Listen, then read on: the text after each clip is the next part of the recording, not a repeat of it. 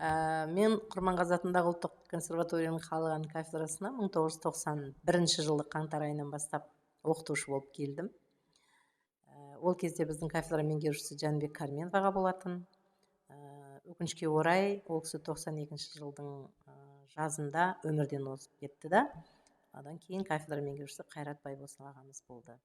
Мінекей сол Қайрат Байбосын ағамыздың шақыртуыменен кафедраға Бесқала өңірінің атақты жырауы Наурызбек Нұржаубайұлы шеберлік сабақтарын өткізуге келді.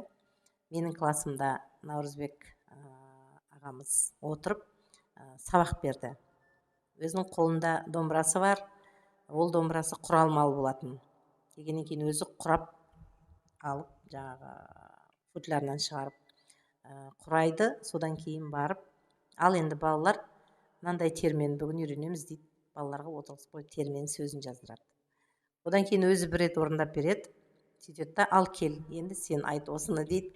Оған ол балалар бір айтқаннан әрине оны үйрене алмайды. Сондықтан балаларға Нәукеңнің термелерін үйрену қиын болды.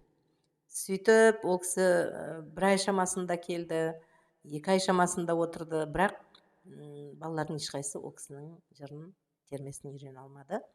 Сосын кейін әрине ол кісі ренжиді, ашуланады, неге бір айтқанды қағып алмайсыңдар деп. Ол заман басқа ғой әрине. Бір жағынан жырды үйрену үшін бала күнінен немше естіп өсуі керек, жырауды тыңдап өсу керек. Бұл балалардың көбісі ондай жыр тыңдамаған, жырау көрмеген. Шынымды айтсам, менің өзімнің де 85 жылы Бес ғасыр жырлайды дейтін кітап шыққан еді. Сол кітаптың тұсаукесерінде мен бірінші рет жыраулар көргенмін. Әсіресе мына сыр бойының жыраулары келіп, мен де сол 3 хабар түсірілді. Сол хабардың біреуінде мен Майлықожаның термесін орындаған болатынмын. Сол сияқты Наурызбек жырауды да алғаш көргенде, ана елдің ішіндегі дабысына қарап, біз ол кісіні 19 ғасырда өтіп кеткен жырау деп ойлаппыз. Сөйтіп ол кісінің өзіне айтқаным бар, мен жазушылар одағында ол кісі бір жырлады.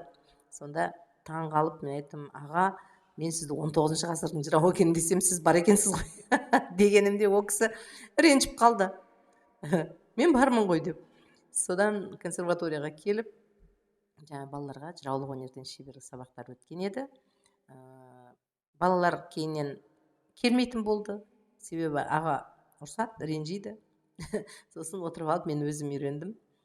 Ағаның тікелей өзінің аузынан бір 2-3 термесін үйрендім. Сонда ол кісі өте қатты риза болып, шіркін-ай, қызым-ай, егер де сен менің артымнан ергенде қазақтың үлкен бір жырауы болатын мүмкіндігің бар еді дегені есімде. Содан бері мен Наурызбек жыраудың жырларына, орындаушылығына үлкен бір қызығушылықпенен ғашық болдым деп айтсам да болады.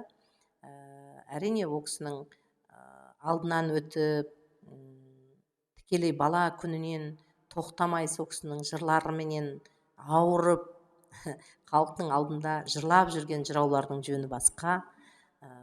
Ол кісінің керемет шәкірттері Өсербай жырау, кезіндегі Болатбек Ердәулетов, ол кісінің аузынан тікелей үйреніп келген Қаламқас Орашева, Жақсылық Сәрсенғалиевтер, Ақтөбе жеріндегі қаншама жыршы жыраулар, Маңғыстаудағы сол Қарақалпақстан өңірінен келген, Бесқала өңірінен келген жыршылар Нәукеңнің жырларын бүгінде мінекей халыққа кеңінен танытып жүр. Солардың бірі мынау алдымызда отырған менің шәкіртім Күнғожа Қайроллаев. Сол Нәукеңнің көзіндей қылып, ол кісінің өнерін жалғастырсыншы деп, кезінде консерваторияға өз классым алғанмын. Бүгінде мінекей сол мектепті жалғастырушы. Ары қарай енді Нәукеңнің қалдырған жыр мұрасы халыққа кеңінен тарала береді демекпін. Жалпы Бесқала өңіріндегі жыршы жыраулардың біздің Қазақстан жерінде әлі де болса кеңірек насихатталуына жол ашылуы керек. Оған барымыз атсалысуымыз керек. Себебі бұл өңірдегі жыршы жыраулар біздің қазағымыздың көне дәуірлерден келе жатқан жыраулық дәстүрін сақтап дамытушылар деп айтсақ болады. Сондықтан қазағымыз бір болайық, түгел болайық, шеттегі қазақтарымыз аман болсын, қандастарымыз елге көбірек келсін, тәуелсіз мемлекетіміз жасай берсін, тәуелсіздігіміз мәңгілік болсын, бауырымыз бүтін, ел іргесі аман болсын.